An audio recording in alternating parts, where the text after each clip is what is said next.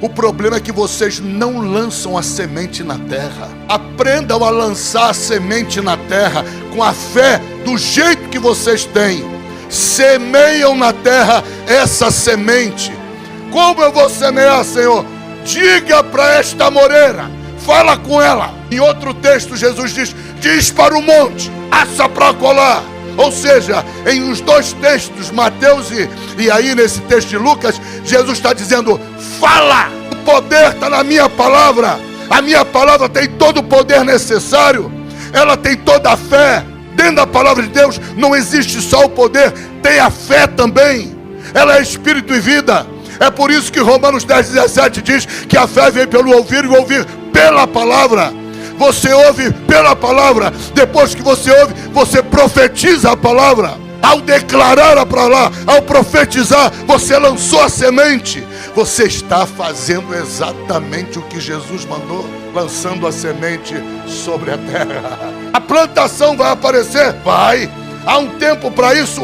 Tenha paciência. Você vai colher? Vai. Até o dia da colheita, continua profetizando, continua lançando a semente. Profetiza, declara, confirma. Se 2 aqui pegarem isso, já valeu a pena. Eu quero lhes falar nessa noite a respeito da fé mais uma vez. Eu disse a vocês ontem, no meio da pregação de manhã e à noite também, eu ensaiei para vocês uma visão da fé que eu quero aprofundar. Qual é a visão? É a visão de nós valorizarmos a palavra que sai da nossa boca. Sejam tardios para falar. Por que tardios? Porque Deus quer reflexão naquilo que fala. Cuidado com as brincadeiras. Cuidados com as anedotas, piadas. Muito cuidado. Porque há poder na tua língua, há poder nos teus lábios, há poder na tua boca, não é? Existe alguns cientistas, estudiosos do corpo humano, que eles dizem que nós, na verdade, nós não temos 2 ouvidos, nós temos 4 ouvidos. Eles dizem que nós temos 2 ouvidos voltados para fora para captar a voz do exterior. E eles dizem que há 2 estruturas ósseas, uma dentro de cada ouvido nosso, cujo canal é direcionado ao nosso espírito, à nossa alma, ao nosso coração, melhor dizendo. E quando nós capturamos a voz externa, nós capturamos com os ouvidos externos. Mas quando nós falamos com a nossa boca, nós capturamos de uma forma muito mais intensa do que com os ouvidos externos, nós capturamos com os ouvidos internos. E essa voz, ela vai diretamente para o coração. E eu chamo de coração o teu espírito, o meu espírito.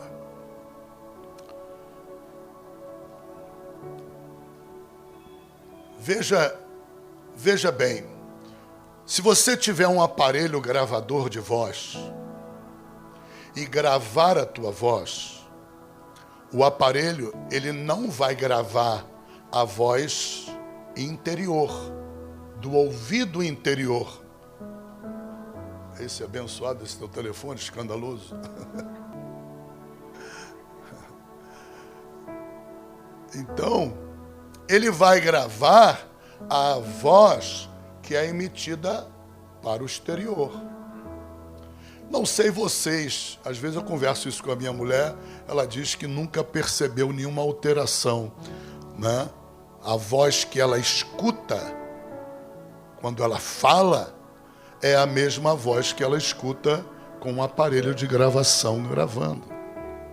Mas comigo, eu não sei se ela não tem esses 2 canais interiores.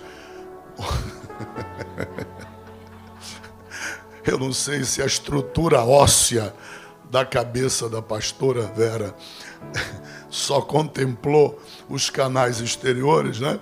Então, o que acontece? Eu já sou diferente. Eu, quando ouço uma gravação com a minha voz, a tendência que eu tenho é dizer: quem é esse cara?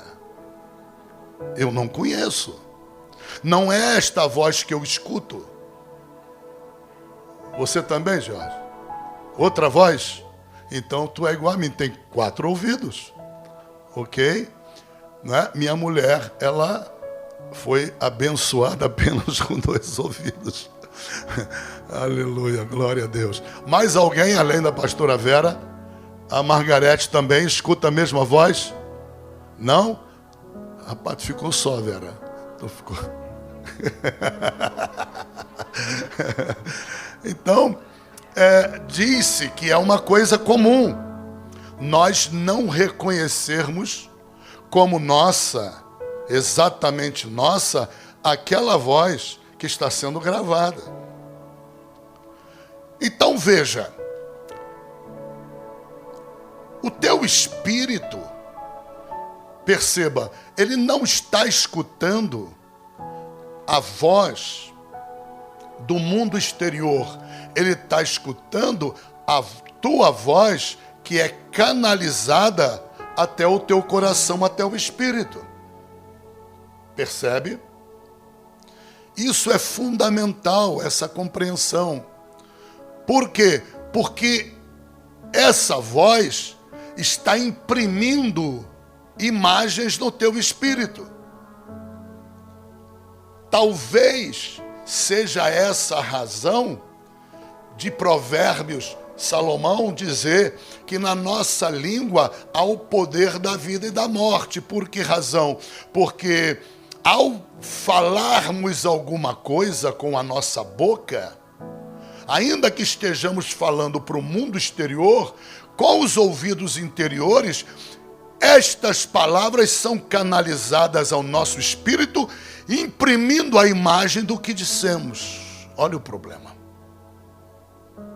O nosso espírito começa a receber impressões, se forem de vida, bênção, mas se forem de morte, se forem negativas, olha o grau de tragédia que isso pode provocar na nossa saúde e em tudo mais na nossa vida. Olha, contempla imaginariamente as consequências disso. Vamos tentar entender. Abre a tua Bíblia em Hebreus capítulo 11, versículo 1. Eu não gosto da minha tradução revista e corrigida. Na tradução atualizada da nossa língua portuguesa, a narrativa é muito mais precisa. Veja, de todos os livros que você puder comprar a respeito de fé, você nunca vai conseguir uma definição de fé mais precisa do que a Bíblia faz. Faz essa tentativa. Chega na tua biblioteca, chega numa livraria e você adquire um livro qualquer devocional sobre fé e busque naquele autor a definição que ele dá de fé. Depois compare com a definição que Deus fez de fé. Nunca um ser humano conseguirá ultrapassar Deus na precisão do conceito da fé, da definição da fé. Olha que coisa espetacular. Fé é a certeza daquilo que você espera.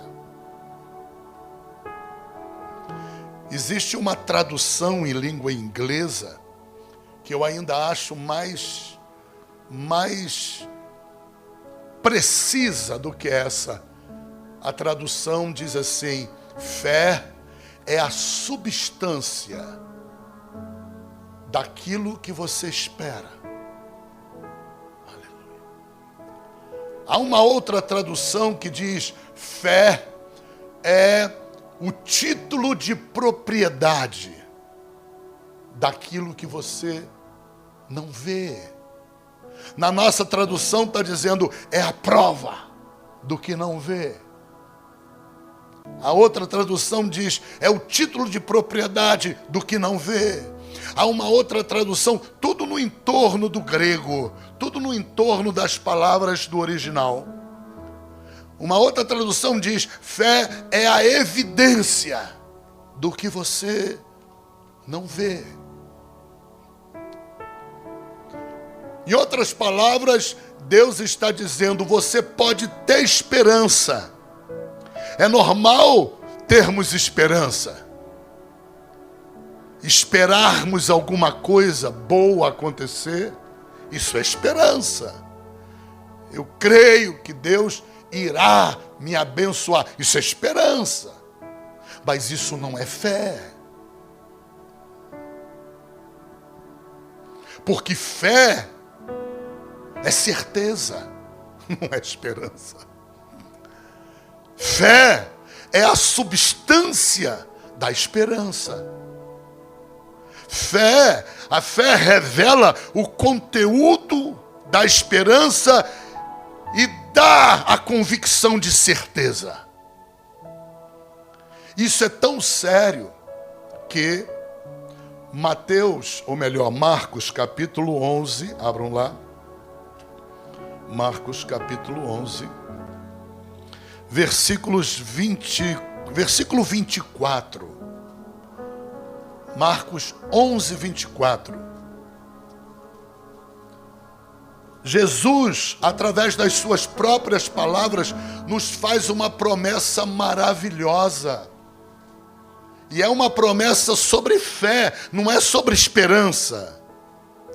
Porque a esperança, ela não tem certeza. A esperança é a crença sem certeza. Ainda na esperança, há dúvida.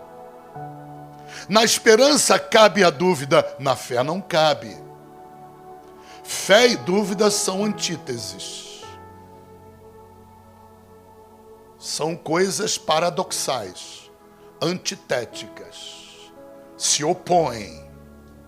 Uma resiste à outra. Elas não convivem. A dúvida destrói a fé.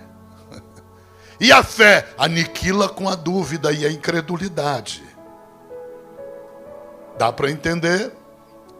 Então aquilo que vai ser o conteúdo daquilo que você espera, da tua esperança, o conteúdo, a essência, a evidência, o título de propriedade, a prova, vai estar na fé.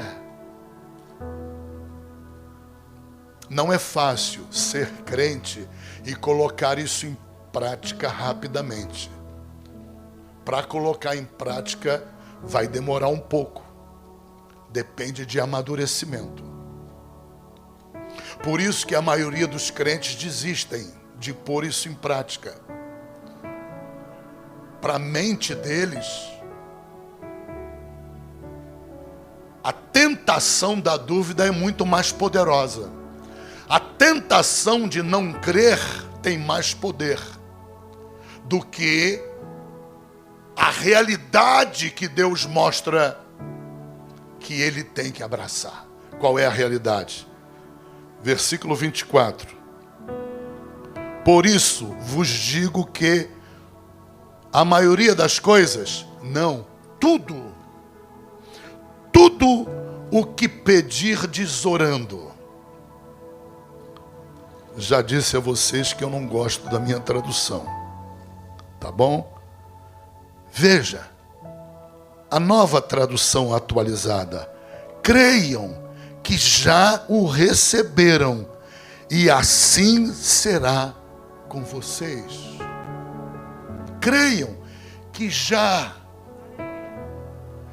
receberam. Ok? Por isso eu estou insistindo há tanto tempo aqui na igreja sobre fé. Por quê? Porque depende de amadurecimento. Nós temos uma tendência carnal, vil, diabólica, uma tendência natural a darmos lugar à dúvida.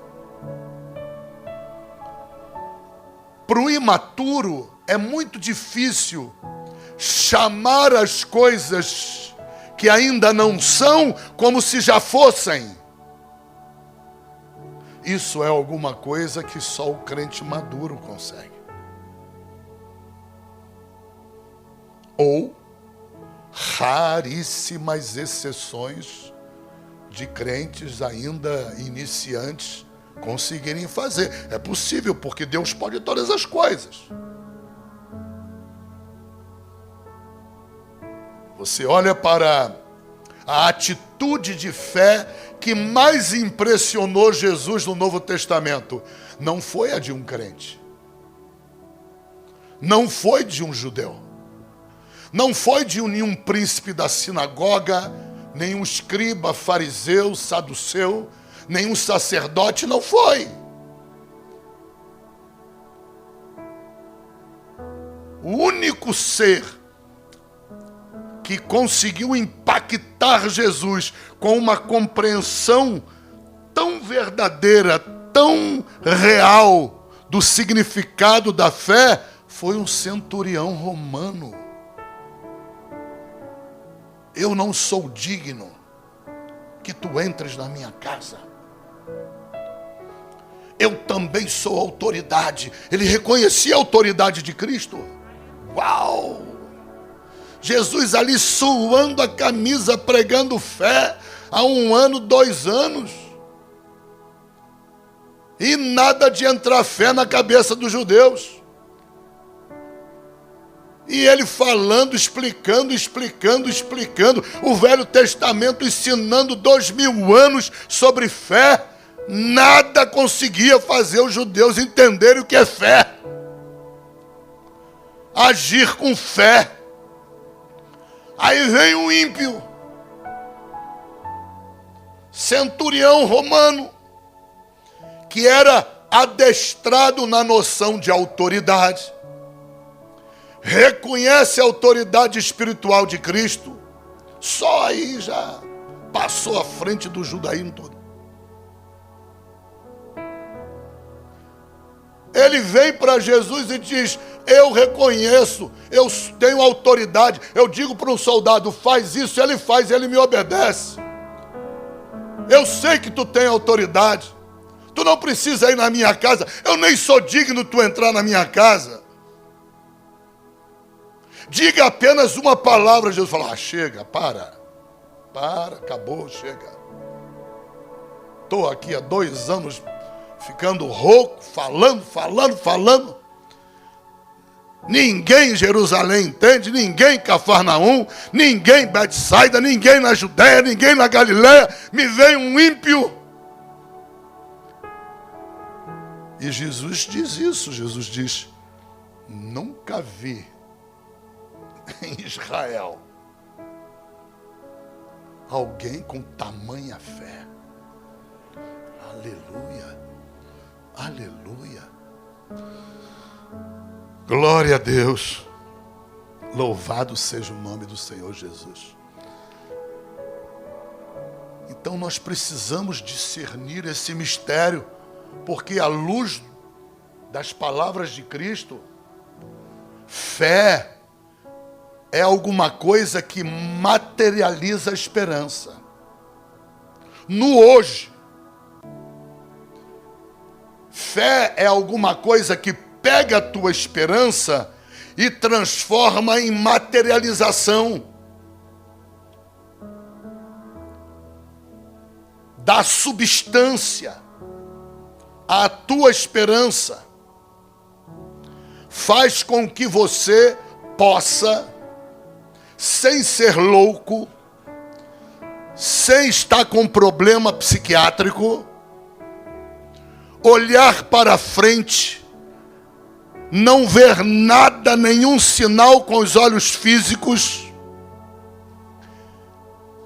e aí você com a boca chama a existência, diz que já existe, diz que já toma posse,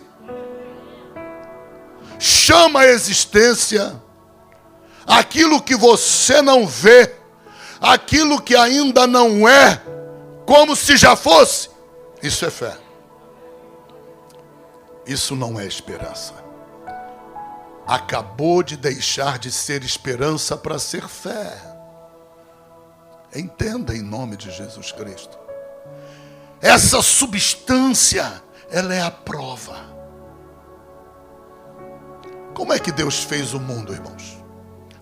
Não foi com o poder da palavra dele? O que havia na palavra dele para poder fazer tudo? Quantas vezes a palavra de Deus no capítulo 1 de Gênesis, quantas vezes há a repetição, e Deus disse, haja luz, haja isso, haja aquilo. E tudo ele vai construindo apenas com a boca, apenas pelo som da voz dele, com a palavra dele.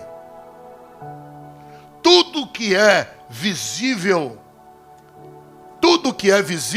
não foi feito através de coisas visíveis.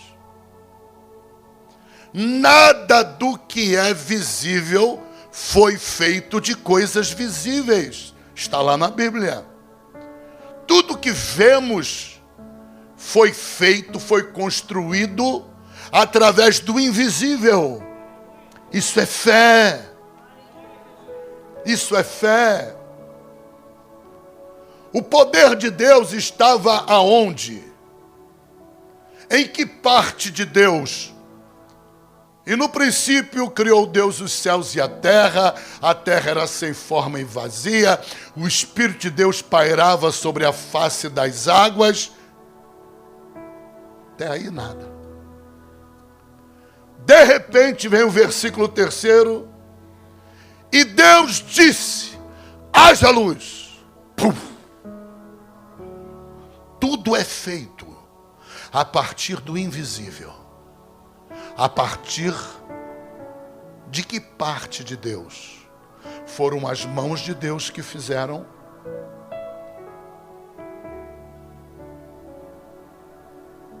Foram os pés de Deus que fizeram? Qual é a parte de Deus que chamou à existência aquilo que nunca existiu? A voz, a palavra. Aí eu chego à conclusão seguinte: a palavra de Deus, ela contém todo o poder do próprio Deus. Por isso que tudo que Deus vai fazer, primeiro ele fala. Primeiro ele diz. Quando Deus libera uma palavra do que vai acontecer, amigo, descansa ou se preocupa, porque vai acontecer. A palavra não vai voltar para ele vazia. Todo o poder de Deus, ele está constituído na voz da palavra. Palavra oral. Palavra audível, palavra sonórica. Quando Deus disse, haja luz, explodiu. Tudo foi feito. Tudo foi realizado. Todas as forças do universo, ao detectarem a voz de Deus, ao detectarem a palavra, todas conspiraram entre si para fazer e dar cumprimento àquela voz, àquela palavra. Entenda, em nome de Jesus Cristo. A nossa Bíblia diz em João, capítulo 1, versículo 1, que, e versículo 17, o primeiro com 17, né? E no princípio, o Verbo estava com Deus. O Verbo era Deus. E no versículo 17 diz, e o Verbo se fez carne. Verbo é a palavra. É a palavra. A palavra é a verdade. O Verbo, ele está personificado no próprio Jesus. A palavra é personificada no próprio Jesus. Quando Jesus diz lá em João, eu sou o caminho, a verdade e a vida. Quando ele fala a verdade, ele está falando que ele é a palavra. A palavra é a verdade. Na oração intercessória de João capítulo 17, Jesus ora ao Pai dizendo, Pai, santifica-os na tua palavra, porque a tua palavra é a verdade. Ora, ele havia dito, eu sou a verdade. Agora ele diz, a tua palavra é a verdade. Então ele é o Verbo, ele é a palavra de Deus. É por isso que se diz que lá no capítulo 1, versículo 1, e no princípio criou Deus os céus e a terra, e ali estaria se falando a respeito do Pai. Versículo 2, e o Espírito de Deus pairava sobre a face das águas. Mas é unânime no meio evangélico, entre os pastores e pregadores, que Jesus aparece no versículo 3, e disse Deus, o Verbo vivo, a palavra. O que sai da voz de Deus? A palavra. Uau! Uau! A Bíblia diz em Romanos capítulo 10, versículo 17, que a fé vem pelo ouvir e o ouvir pela palavra de Deus. Deus está dizendo que não é bíblico orar pedindo a Deus que Ele aumente a nossa fé. Não é bíblico. Não é bíblico. Porque a regra bíblica para o crescimento da fé está em Romanos 10, 17. A fé, para crescer, ela vem pelo ouvir. E o ouvir é pela palavra. Eu, quando ouço a palavra, de Deus, a minha fé cresce, diz a Bíblia. É bom que você aprenda, tenha paciência de ler a Bíblia em voz alta. Porque o teu espírito vai usar os 2 ouvidos interiores e o teu espírito vai receber por meio da tua voz, do som vocal da tua voz interior. Nesses canais, ele vai receber as impressões diretamente da tua voz sobre a palavra. Quando você ouve uma gravação de uma pregação, ou quando você está na igreja ouvindo uma pregação, os teus 4 ouvidos estão em ação. Os 2 externos, os 2 internos, capturando a palavra de Deus pregada e jogando, imprimindo imediatamente no teu coração, no teu espírito. Quando essa palavra vindo por meio audível, em obediência a Romanos 10, 17, que diz que a fé vem pelo ouvir, e o ouvir pela palavra, eu tenho que ouvir a palavra para crescer na fé. Então quer dizer que não adianta, não é bíblico orar pedindo a Deus, Deus, aumenta a minha fé. A resposta de Deus é, vai para a Bíblia, lê em voz alta e ouça o que a palavra de Deus diz. Deixa o teu espírito ouvir a tua voz. A tua voz tem o poder de aumentar a tua fé. Vocês lembram quando Jesus estava ensinando os apóstolos a perdoarem? Lembram desse texto? Perguntaram para Jesus: Jesus, quantas vezes eu sou obrigado a perdoar? Jesus, resumindo, disse... Aí perguntaram 7, Jesus falou 70 vezes 7. É, Jesus. Então aumenta a nossa fé. Aumenta a nossa fé. A resposta está dizendo muita coisa. Primeiro, quando eles dizem aumenta a nossa fé, eles estão dizendo nós estamos com fé baixa, baixo nível. Segundo lugar, está dizendo nós só conseguiremos perdoar, como tu estás dizendo, com mais fé. Nas duas opções, eles estão totalmente errados. Totalmente errados. Porque a resposta que Jesus vai dar é a seguinte: se tiverdes fé, como o grão da mostarda, vocês dirão para esta moreira, lança-te no mar. E assim será feito. Vocês o quê? A igreja está aqui ainda?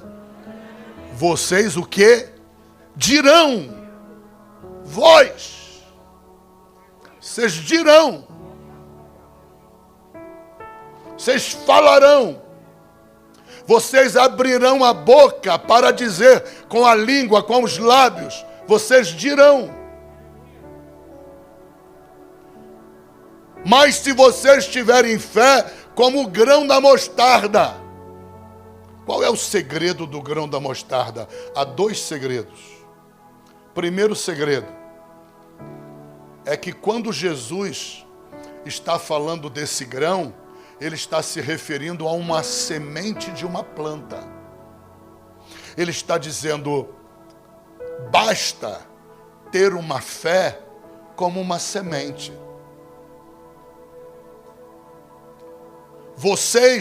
O problema de vocês não é que vocês têm uma pequena fé. Perdão.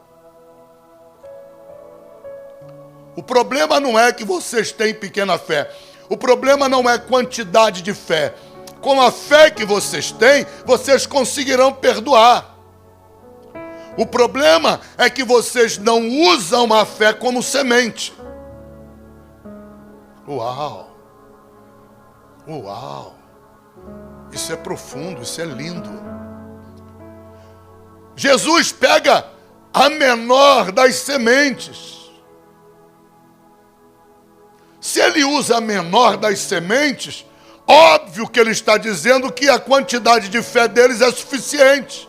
Que o problema não está numa necessidade de aumentar o nível de fé ou a quantidade de fé. Ele está dizendo que o problema é que a fé deles, da maneira que eles creem, da maneira que eles usam a fé, não é uma semente.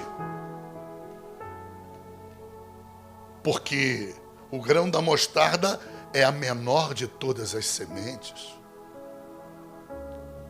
Imaginem que eu seja um fazendeiro.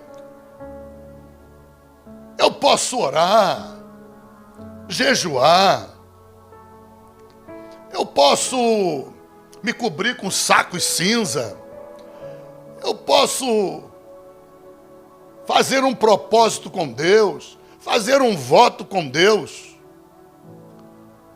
Se eu não plantar a semente na terra, não tem colheita. O que vai ter é capim. Por que razão? Porque no capítulo 1, versículos 26 a 28 de Gênesis, Deus, no 6º dia da criação, ele disse para o homem: dominai a terra. Dominai a terra. Subjugai a terra. Dominai e subjugai tudo que é vida na terra está debaixo da autoridade e do domínio do homem. O homem, a partir dali, ele é quem detinha a autoridade sobre a terra. A autoridade sobre todo ser vivo da terra. Entenda. Nós, na verdade, quando o homem pecou, essa autoridade foi usurpada por Satanás. Satanás tomou posse dessa autoridade porque o homem se colocou como escravo dele. E aí ele tomou posse dessa autoridade para exercer autoridade sobre um planeta, sobre uma terra, sobre uma obra de Deus, tirando a autoridade daquele que era o habitante desse planeta, que é o homem. O homem é que detém a autoridade. Entenda em nome de Jesus Cristo.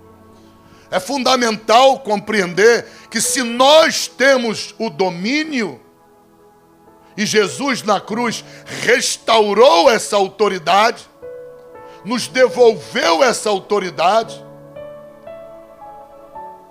por causa do sacrifício de Jesus, saímos debaixo da escravidão de Satanás e do pecado, a autoridade nos foi restaurada, Jesus nos delegou a autoridade novamente, e nós fazemos o que como igreja? Como delegação dessa autoridade, nós exercemos domínio sobre toda a obra na terra. Então, cabe a nós, se eu tenho uma terra, eu quero colher soja, eu tenho que plantar soja. Eu quero colher trigo, eu tenho que plantar trigo. Se eu quero uma colheita, eu tenho que ter uma plantação. Para ter uma plantação, antes eu tenho que ter sementes. Para que a semente vire uma plantação, eu preciso de enterrá-la, eu preciso de adubá-la, eu preciso de expô-la numa determinada área geográfica, né, organizadamente, com nutrientes, exposta muitas vezes dentro do solo, mas ainda ao sabor do calor do sol, né, e da atração das chuvas, para que haja uma plantação. E havendo uma plantação, vai haver uma colheita. Então, não adianta eu orar, não adianta jejuar, cobrir com saco e cinza, não adianta fazer tudo mais, fazer pacto, aliança, fazer propósito, fazer voto com Deus e não semear. Porque o domínio voltou para minha mão. Eu tenho domínio na terra, você tem o domínio. O poder está na tua mão. E aquilo que te cabe fazer não é responsabilidade de Deus, é tua. É tua. Então não existe fazendeiro que ore, que jejua, faça propósito, voto, espere uma colheita bonita, sem plantar, sem semear a semente. Tem que entender esse fenômeno para poder entender fé. Porque a fé, ela é uma semente. Jesus disse que é uma semente.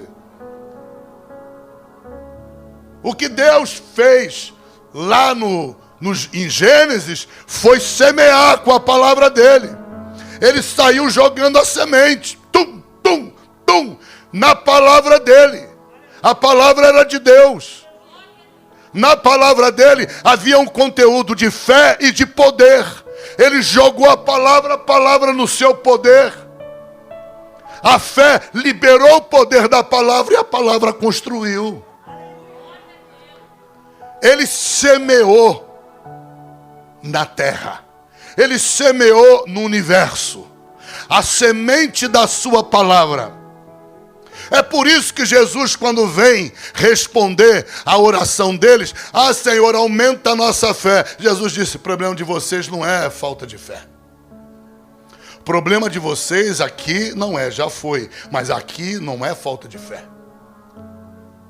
Vocês podem ter uma fé Por exemplo, como a semente da mostarda. Se vocês tiverem uma fé como a semente, pronto. Aí está a chave do mistério da fé.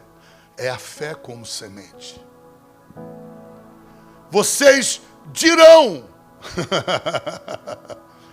Como é que Deus fez o sol? Ele disse. Como é que Deus fez a lua? Ele disse. Como é que Deus fez a luz? Ele disse. Vocês dirão. Entenda.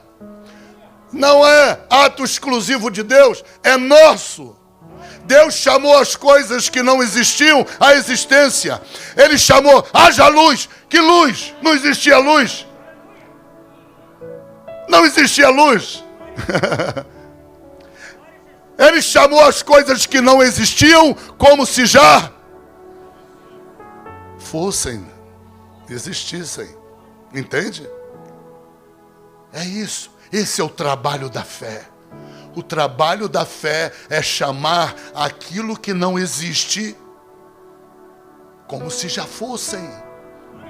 Qual foi o mérito de Abraão? Abraão foi justificado. Por quê? Por essa razão, na sua justiça, ele fez a justiça de Deus. De que maneira? Chamando o que não existia como se já fosse. Aleluia. Entenda em nome de Jesus Cristo. Entenda. Aleluia. Agora tem um outro mistério aí dentro. Mistério muito sério. Por que que Jesus falou a planta, a semente da mostarda? Antes desse mistério, deixa eu te revelar algo. Veja, o que liberaria o poder para os discípulos perdoarem seria a fala de perdão deles.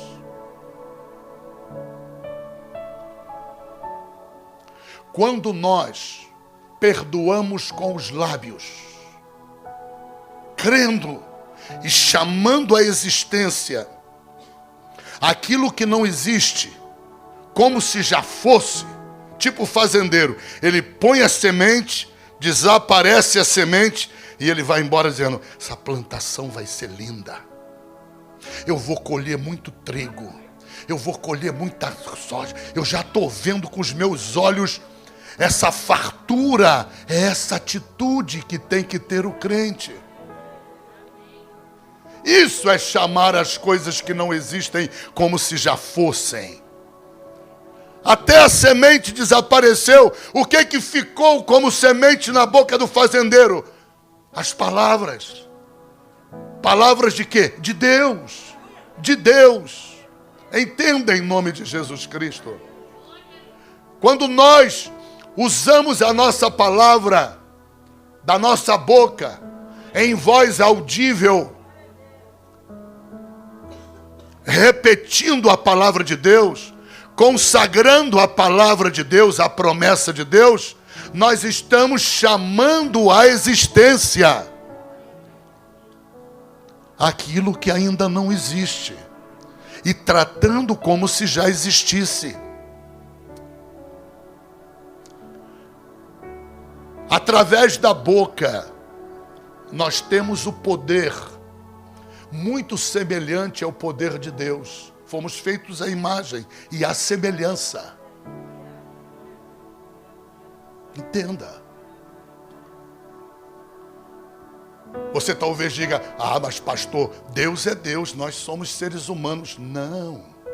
O apóstolo Paulo, na carta aos Romanos, ele declara, Romanos ou Efésios, me corrijam aí, ele diz assim, sejais imitadores de Deus.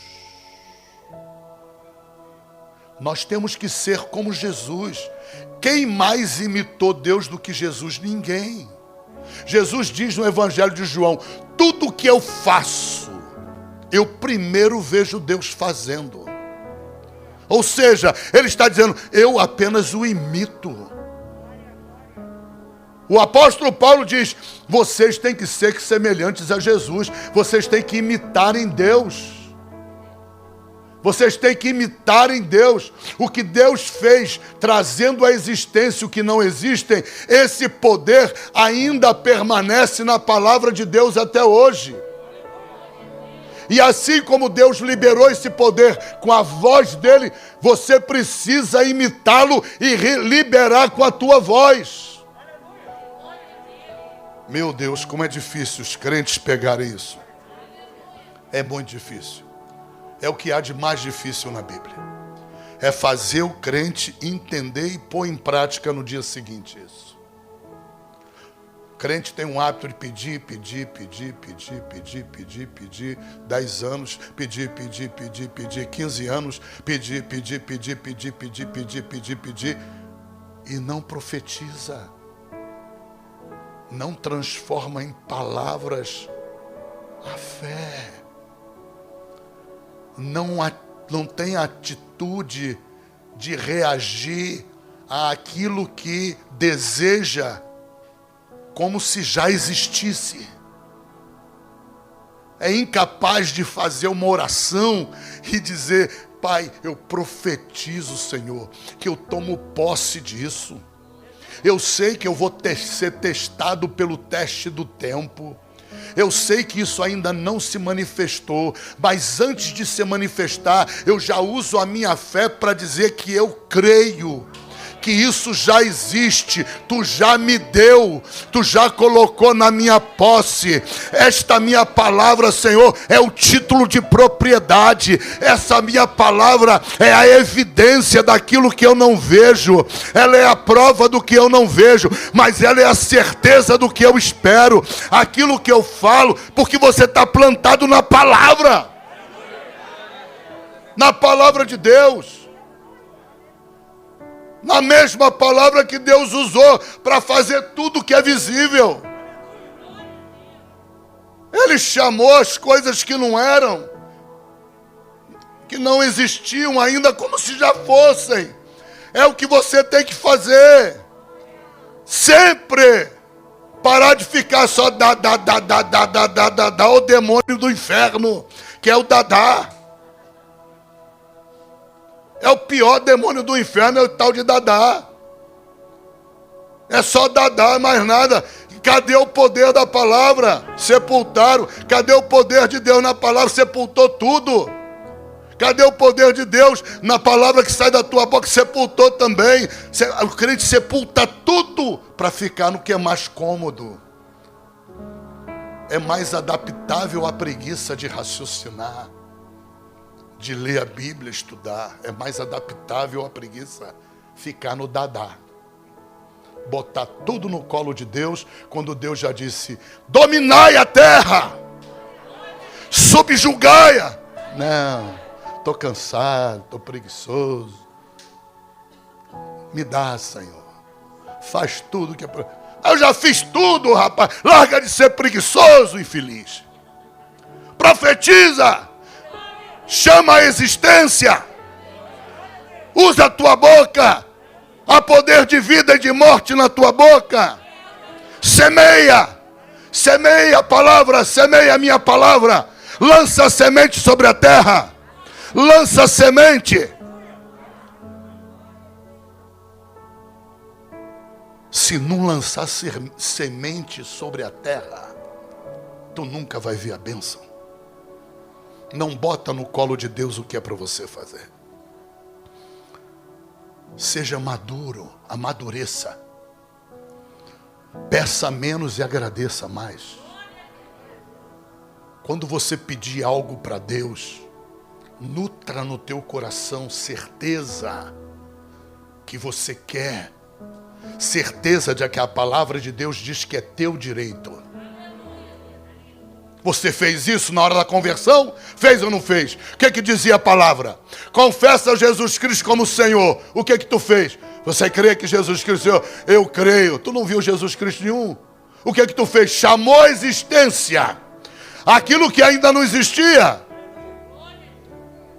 Que era a tua conversão?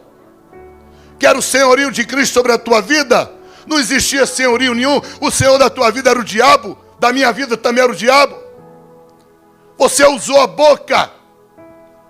Falou baixinho a primeira vez, o pastor. Não, baixinho não. Fala com vontade de falar. Aí você, não, eu creio em Jesus Cristo. Ele é o meu Senhor. Por que você fez? Porque a palavra de Deus dizia que toda língua confessaria Jesus Cristo como Senhor. Romanos 10:9 diz, aquele que confessar é salvo. Ué, usou fé para ser salvo. Depois que é salvo, enterrou a fé. Não profetiza mais, não fala mais com a boca. Só dá. Pede. Entende como é que está tudo errado?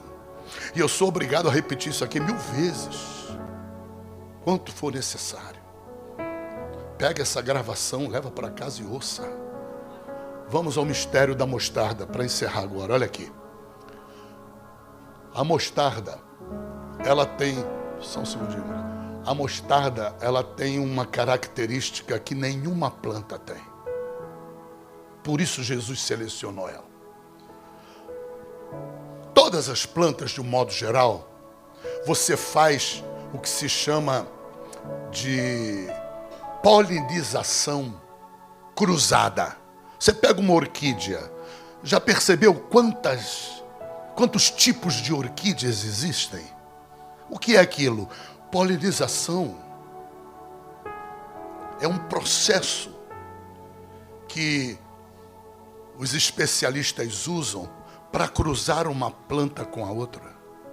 Vocês já viram animais que se cruzam? E você vê e diz, qual é essa raça aí? É misturado. Assim são as plantas também. Crê-se que Jesus Cristo pegou a planta da mostarda.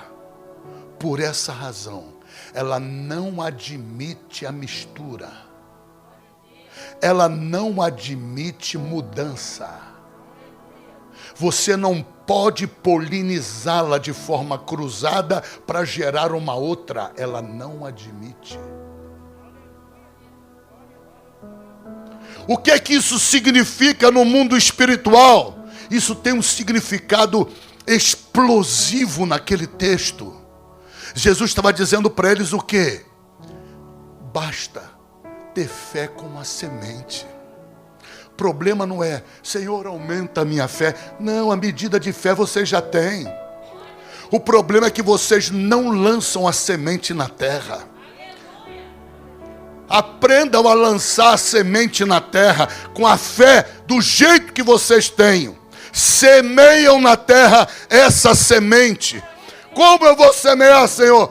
Diga para esta moreira, fala com ela.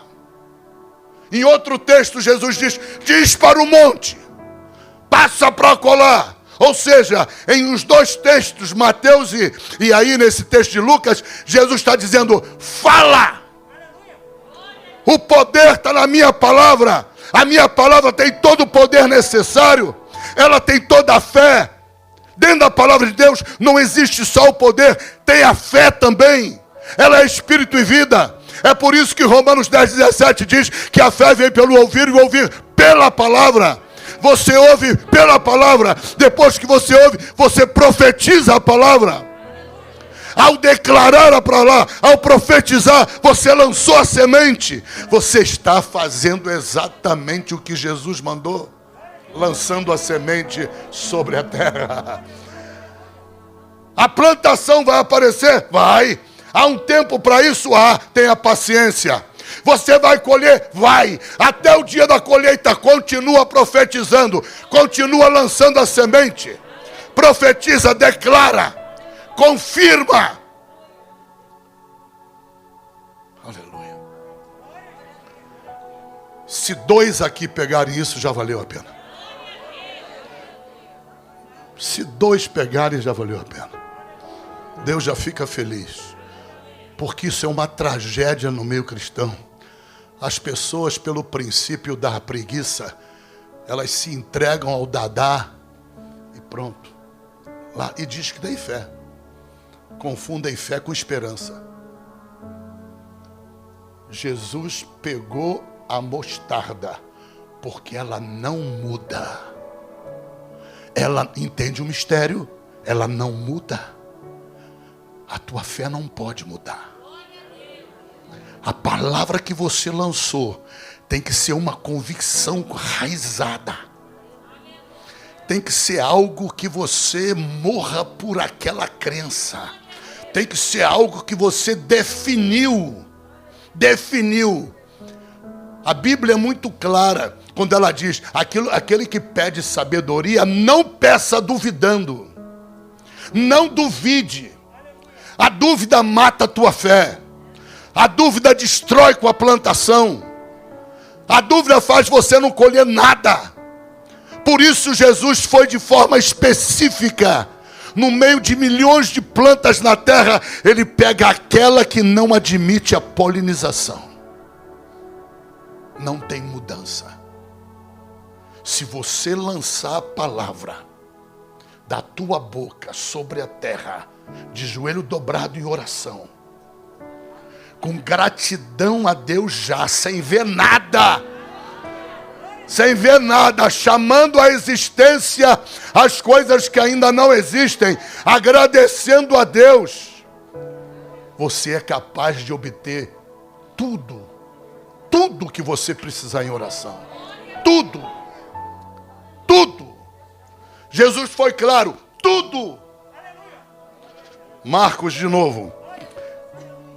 Creiam que já receberam, e assim será convosco.